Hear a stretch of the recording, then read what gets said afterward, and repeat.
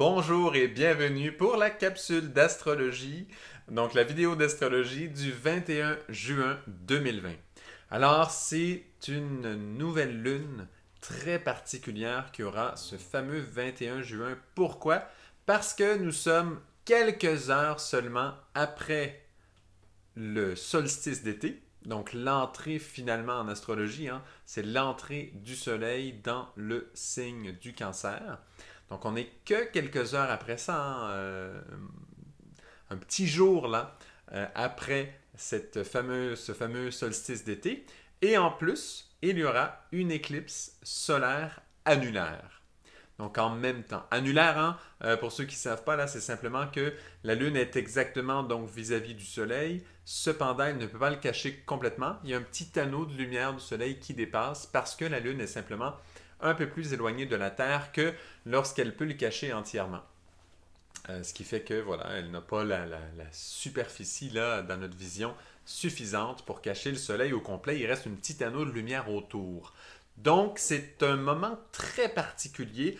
Au niveau des aspects astrologiques, il y a très peu d'aspects précis. Il y a l'aspect le plus intéressant, là, dirons-nous. Évidemment, il y a toujours Jupiter-Pluton qui font leur travail en Capricorne. Ça ne cesse pas. C'est quelque chose qui continue. Donc, toute cette ambiance autour donc, de la COVID et tout, là, cette force-là, ce pouvoir, comment on va approfondir le pouvoir, comment on voit les gouvernements, comment ils gèrent ça, toutes les anomalies qui ont été faites, tout ça qui se fait autour de cette situation justement du COVID. Là, c'est le gros aspect en 2020. Vous vous en rappelez, la fameuse conjonction Saturne-Jupiter-Pluton en Capricorne.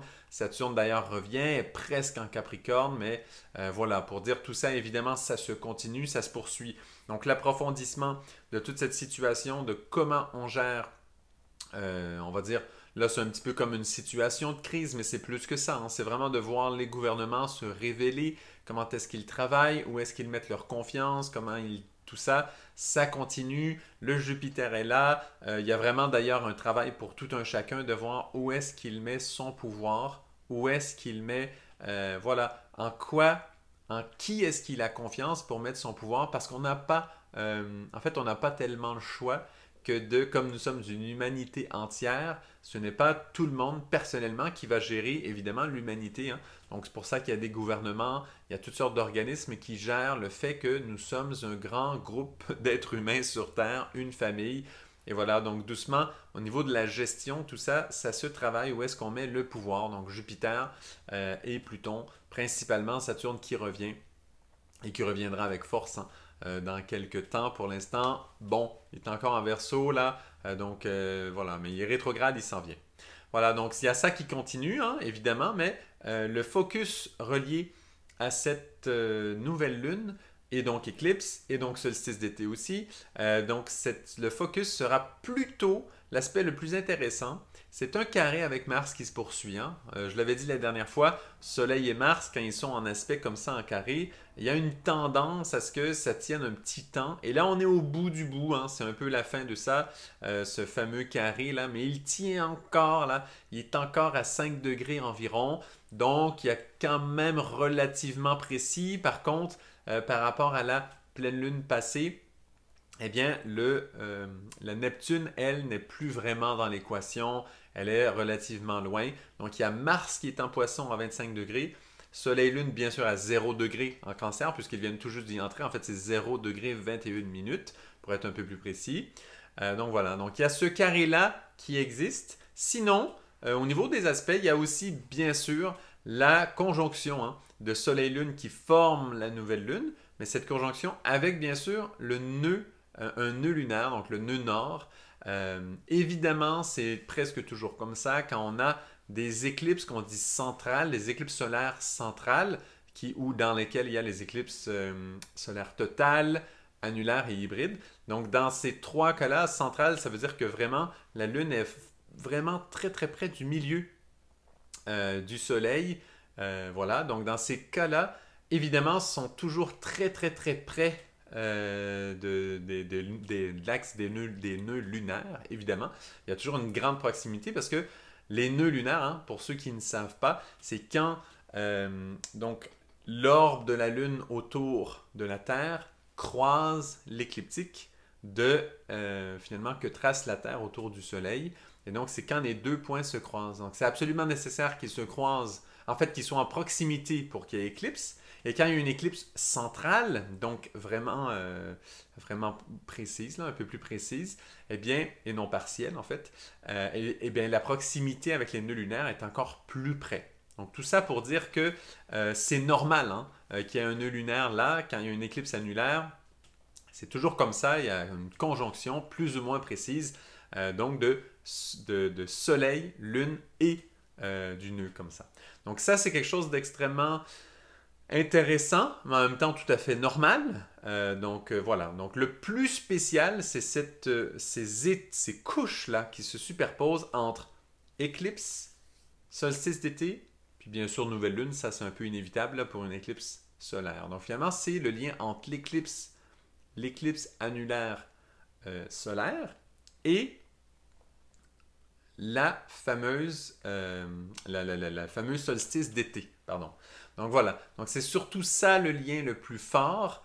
C'est quand même très particulier. Il faut savoir que des éclipses, il y a un certain nombre limité hein, d'espaces dans le zodiaque où se déroulent des éclipses. Parce que les éclipses, il y a une certaine mémoire. Hein. Les éclipses se répètent à tous les 19 ans environ. Ce n'est pas 19 ans exactement, je vous passe les détails. Donc se répètent à tous les 19 ans à peu près au même point. Il y a un petit décalage, mais c'est presque au même point dans le ciel. Donc, et des éclipses dans une période de 19 ans, où se répètent justement toutes les mêmes éclipses, eh bien, il y en a environ une quarantaine d'éclipses solaires et environ une quarantaine d'éclipses lunaires. En ce moment, c'est 40 éclipses solaires et 41 éclipses lunaires dans cette période de 19 ans. Donc, finalement, vous voyez que des éclipses solaires, il n'y en a pas partout dans le zodiaque. Il n'y a que des points particuliers. Et en ce moment, il y en a une qui se répète, qui est justement sur ce point qui touche le fameux solstice d'été.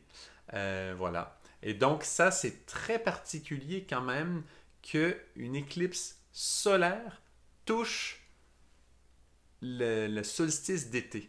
Pourquoi? Parce que le solstice d'été, pour nous, sur Terre, là, ça va vraiment représenter les jours les plus longs de l'année.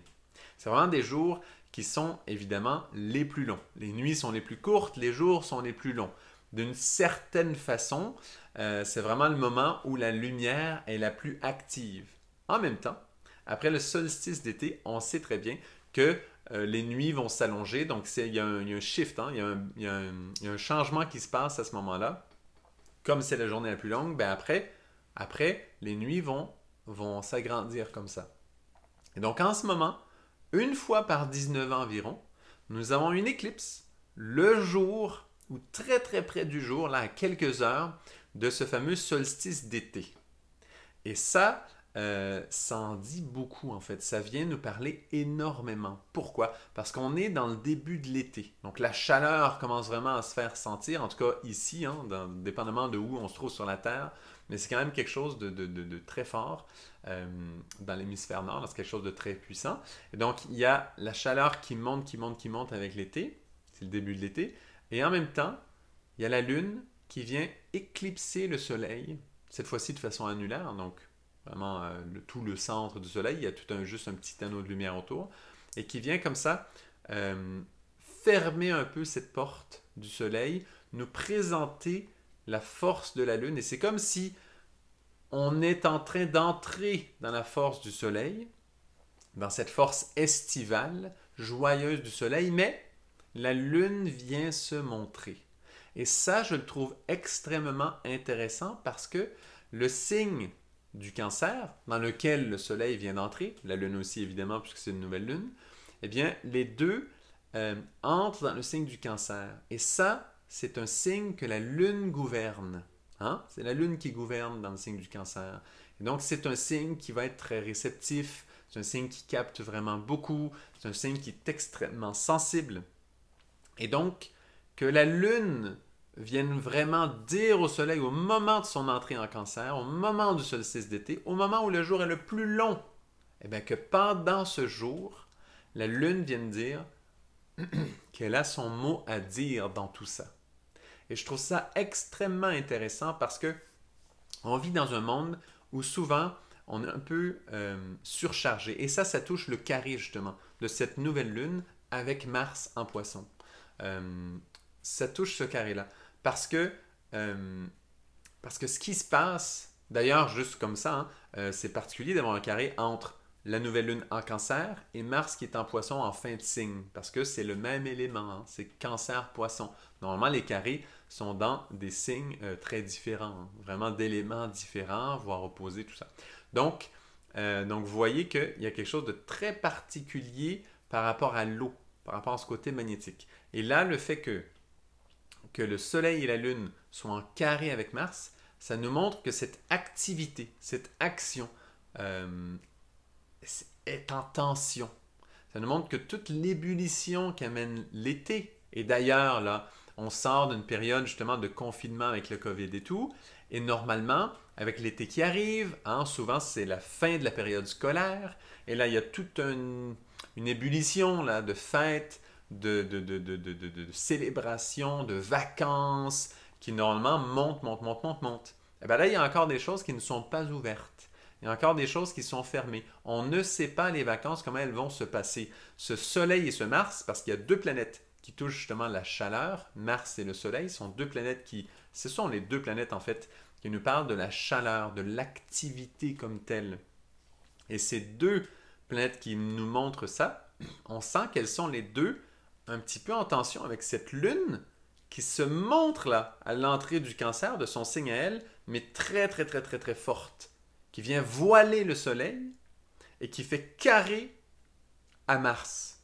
Et donc les deux planètes de chaleur, alors qu'on entre en été, alors que c'est la journée la plus longue, sont voilées, sont mises sous tension.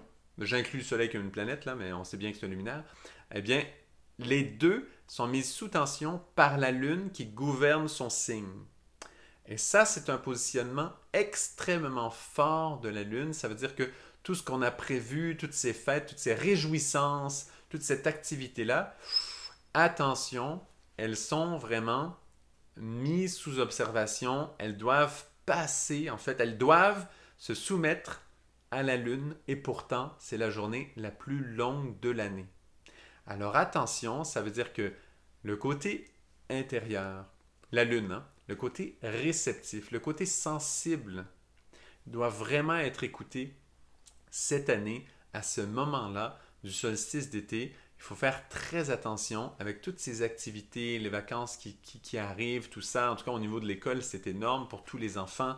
C'est un gros changement. Mais dans certains pays, l'école a reprise, mais vous savez, hein, en tout cas au Canada, nous ici, en tout cas au Québec, c'est très étrange. Hein, l'école commence à repris. C'est vraiment pas normal. Il n'y a pas vraiment d'évaluation. Tout ça, c'est très particulier. On est dans une zone un peu tampon. Et là, quand la fin de l'école, donc avec justement ce solstice d'été, hein, c'est vraiment le point qui marque la fin de ce cycle, de cette année scolaire et de cette année à plusieurs niveaux, eh bien, une fois que ça arrive, eh bien, la lune se montre et dit la sensibilité, il faut l'écouter. Il faut lui faire place. Et non entrer dans toutes sortes de folies, de célébrations, de toutes sortes, avec cette chaleur de Mars ou du Soleil, les deux. On dit en général, le Soleil c'est une chaleur plus bénéfique et Mars une chaleur un peu plus difficile à vivre, mais de toute façon, les deux sont mis en question. Donc tout ce qui est chaleur, ébullition, tout ça, attention, la sensibilité est clé. Il faut l'écouter elle d'abord. Si on ne le fait pas, on se fait éclipser, on se fait mettre en tension avec Mars, et là, on sait que tout peut arriver. Lors d'une éclipse, vous le savez, hein, il y a une partie qui est voilée, il y a une partie de conscience, de lumière hein, qui est voilée, et ça ouvre la porte à toutes sortes d'entités là, dans le plan invisible, mais donc toutes sortes d'énergies pour qu'elles se manifestent parce qu'elles ne sont plus freinées par la lumière. Vous le savez, hein, les vampires ne peuvent pas voir la lumière, bon, il y a toutes sortes de choses là-dessus, ben, c'est un peu ce genre d'idée. Il y a des forces qui sont là, que la lumière tient en respect, et fait qu'elle ne se montre pas trop. C'est notre conscience, hein, c'est aussi notre éthique. Je parle de vampire, je ne veux vraiment pas faire peur à personne, c'est pas du tout l'idée. C'est notre éthique en fait qui est là. Notre éthique qui dit on ne se comporte pas de telle façon. Cette lumière-là, notre conscience qui est là et qui dit ce genre de comportement ne se passera pas, ne s'appliquera pas. Quand il y a une éclipse, on sait que cette lumière-là est voilée. Et donc, il y a des comportements qui peuvent ressortir. Il y a des choses qui peuvent se passer qui sont très surprenantes, qui normalement, à la lumière de notre conscience, ne devraient pas se passer. Mais là, oups, ça ouvre une petite porte et on ne sait pas vers où ça peut glisser. Donc, il faut faire extrêmement attention parce qu'il y a une balance entre ça et le fait qu'il faut montrer notre sensibilité. Il faut être à l'écoute des choses et ne pas entrer là dans toutes sortes de grands mouvements, surtout qu'après le confinement, on a envie. Hein. On a envie de refaire des fêtes, revoir tout le monde, faire des barbecues. Tout le monde dit ça, en tout cas ici, c'est gros. Donc, ça parle beaucoup de ça, alors qu'en réalité, la Lune impose que le côté sensible, que le côté intérieur soit écouté quand même. Alors, dans ces moments de retrouvailles, de mouvement, c'est quelque chose de très spécial. Surtout que ce fameux nœud nord, là, qui est collé à l'éclipse, donc à cette nouvelle lune, hein, c'est le même point, hein, 0 degré du Cancer. Le nœud nord, lui, depuis le mois de mai, là, qui vient tout juste, hein, depuis le début mai, a entré dans le signe du Gémeaux. Donc, et on sait que les nœuds lunaires hein, reculent, hein, sont rétrogrades bien plus que d'être directs. Et donc, eux, ils avancent, mais à reculons. Ça veut dire que quand ils entrent dans un signe, ils entrent à la fin du signe, donc à 29 degrés. Donc, le nœud nord est entré à 29 degrés du Gémeaux très récemment, hein, début mai, là, dans cette zone-là. Donc, ça fait que lui entre dans le signe du Gémeaux et il y a toute une volonté, parce que le nœud nord, c'est vers là où on tend à aller. Il y a toute une volonté qui nous pousse à rentrer dans ce monde d'échange, de partage, justement. Avec le confinement qui prend fin, le nœud nord qui entre en Gémeaux, c'est particulier là. On a envie de ça. Il y a quelque chose qui nous pousse vers ce côté relationnel, mais comme je disais dans la vidéo de la pleine lune qui vient tout juste de passer, eh bien, Mars a changé. Mars a rencontré Neptune. Vous vous rappelez la rencontre de Mars et Neptune? Et donc, il a vécu en fait un peu comme une initiation, une rencontre de Neptune, et il ne sera plus jamais le même. Donc déjà là, on avait un changement. On nous montrait que les relations de type Gémeaux ne seront plus les mêmes. Quelque chose a changé, ça ne sera plus jamais pareil. Et bien là, de la même façon, avec ce carré-là, la Lune dit la sensibilité est encore plus importante. Notre réceptivité, notre sensibilité, ce qui nous touche pour vrai, là, ce qui vient vraiment nous toucher en dedans, est très importante. Et donc, dans cette période où le nœud nord entre dans le signe du Gémeaux, où on retrouve justement ces échanges de type Gémeaux, on commence à peine, hein, c'est le tout début. Et bien à ce moment-là, il y a des forces extrêmement grandes qui viennent vouloir changer, bouger le type d'échange que l'on avait. Et ça, c'est absolument pas anodin. On est vraiment en train là de mettre une nouvelle vision sur nos échanges. On le sait aussi hein, avec l'Internet, les réseaux sociaux, tout ce genre de choses, YouTube actuellement. Donc toutes ces choses, nos relations changent. Nos échanges avec les gens sur un niveau, on va dire horizontal, ça veut dire de large, eh bien, changent énormément. C'est une grande transformation et il y a des choses à placer. Déjà, notre Mars, ça c'était le sujet de la pleine lune passée, mais cette fois-ci, avec cette nouvelle lune, cette éclipse annulaire solaire et ce solstice d'été, c'est la lune qui dit votre sensibilité, les amis. Quand vous êtes en train d'échanger avec d'autres, plusieurs se poussent, hein, se poussent pour être comme les autres, se poussent pour être à peu près à la mode, pour passer, tu vois, poussent leur sensibilité, se font une tension sur eux-mêmes très forte pour continuer ces échanges de type Gémeaux. Hein. Ce sont les échanges horizontaux. Ça veut dire des échanges directs avec les gens. Eh bien, tout ça, on se pousse, on pousse notre propre sensibilité, on ne l'écoute pas tellement, simplement pour continuer ces relations, parce qu'on a appris comme ça, on s'est développé de cette façon, mais là, les choses changent. Notre sensibilité, nous devons l'écouter. Et elle doit en fait participer. On ne peut pas l'exclure de l'équation. C'est très particulier parce que souvent, cette période estivale, ce qu'on va faire ressortir dans tout, ben vous savez, dans toutes les publicités là, de cette période estivale, de vacances. Ce qu'on met tout le temps, c'est du soleil. C'est profiter du soleil, les vacances avec le beau temps, tout ça. Mais cette force de lune, cette sensibilité de la personne, c'est très rare qu'on la nomme. De dire prenez des vacances, par exemple, l'été, pour vous retrouver, pour toucher votre sensibilité, pour nourrir les parties de vous qui résonnent sur des plans plus subtils et qui sont très réceptifs en fait et qui veulent capter des belles choses. Mais profitez des vacances pour ça.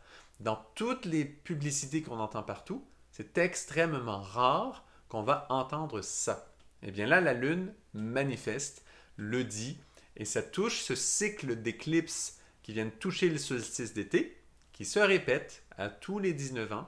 En cette période-là, il y en a une, on est au cœur de ça, et à toutes les 19 ans, ça revient, et ça va faire un certain temps, quand même quelques centaines d'années.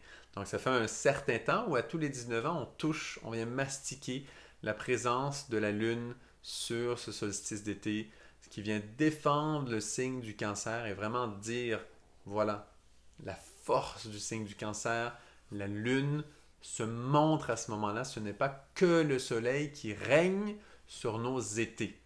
Hein? Et donc ça, évidemment, c'est pour l'hémisphère nord. Pour l'hémisphère sud, bon, c'est différent. Il faut voir, hein, parce que là, en fait, l'hémisphère sud, c'est toute une autre histoire. Il faut voir, les saisons souvent sont très différentes. Hein. Donc, il faut aller voir après, pour chaque endroit, comment ça va parler. Mais pour nous, c'est certain, pour la plupart qui écoutent, hein, je sais qu'il y en a qui écoutent d'ailleurs aussi, là, mais prenez quand même cette idée que la Lune, au moment de ce solstice, vient montrer sa vraie nature, vient nous montrer qu'il n'y a pas que la chaleur qui compte, il n'y a pas que l'activité, il n'y a pas que le dynamisme, il n'y a pas que le Soleil et Mars, parce que Mars est en carré. Donc il n'y a pas que ces deux planètes forces qui nous poussent dans le mouvement, qui nous fait un peu violence finalement. Il y a cette sensibilité-là qui est présente et qui se montre, c'est la sensibilité du Cancer. C'est quand le Soleil entre en Cancer, et bien voilà ce qui se passe. On vient toucher cette force, on vient toucher cette force du Cancer extrêmement sensible qui nous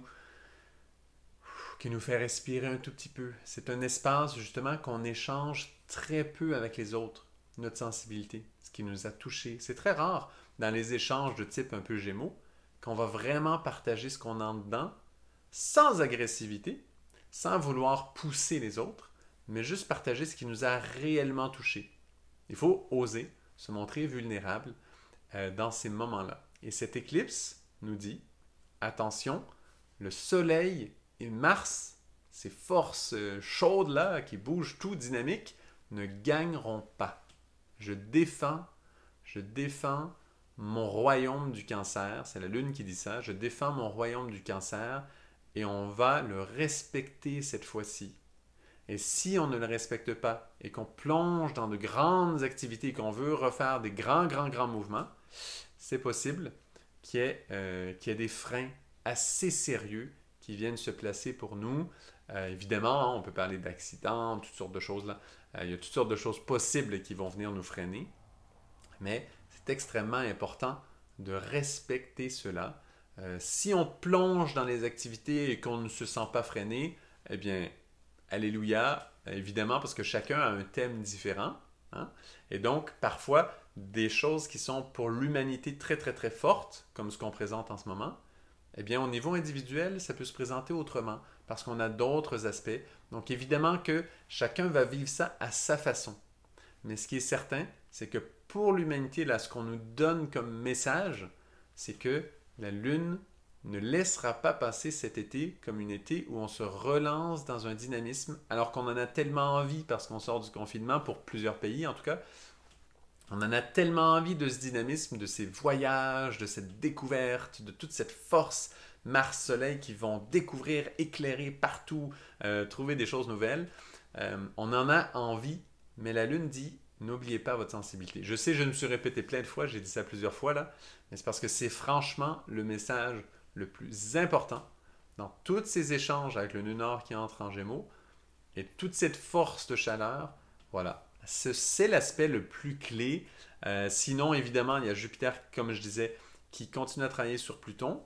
Et d'ailleurs, sur ça, qu'est-ce que la Lune est précieuse dans ce sens? Parce que sur ce Jupiter sur Pluton, à la place de rentrer dans un gros dynamisme fort et pousser des choses, eh bien, si on va écouter un peu notre sensibilité, on est capable d'aller trouver des vraies réponses avant de trop passer à l'action et de faire des grands mouvements. Donc, s'il y en a qui passent à l'action pendant cette période, attention, ça se peut qu'il y ait une certaine violence qui soit ressentie par les gens autour de vous, qui seraient même censés bénéficier de cette action. Je vais donner un exemple. Disons qu'il y a une cause particulière, n'importe laquelle. Là. Il y en a plein là, qui se parlent ces temps-ci, là, en plus. Voilà. Une cause particulière, je ne nomme rien, mais voilà. Il y a une cause particulière et vous vous dites, ça y est, ça fait trop longtemps que ça dure, il faut manifester, je pousse, je rassemble des gens avec moi et on fait un gros mouvement. Tu vois, Soleil-Mars là, qui se manifeste et qui gagne sur la Lune et qui disent, allez go, nous, on se montre, coûte que coûte, on y va, il faut le faire, ça dure depuis trop longtemps.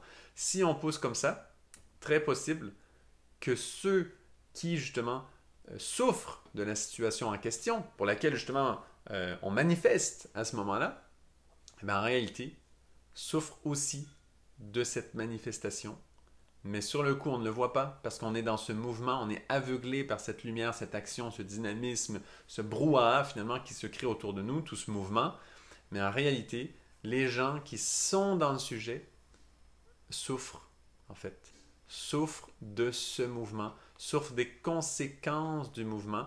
Et c'est comme quand on est dans un sable mouvant, un sable mouvant, eh bien, plus on bouge, plus on s'enfonce. C'est un peu ça, cette éclipse de la Lune sur annulaire solaire qui fait carré à Mars, en plus qui se trouve sur le nœud nord. C'est un petit peu ça. Plus on bouge, plus on entre dans cette force de dynamisme, en réalité, plus on cale, plus on tombe et on descend, parce que qu'est-ce qu'il fallait faire? Écouter notre Lune. C'est quoi écouter notre Lune? C'est recevoir les réponses et les écouter, les faire résonner en dedans à des niveaux subtils pour aller chercher, capter la vraie réponse. C'est ça que cette éclipse nous dit.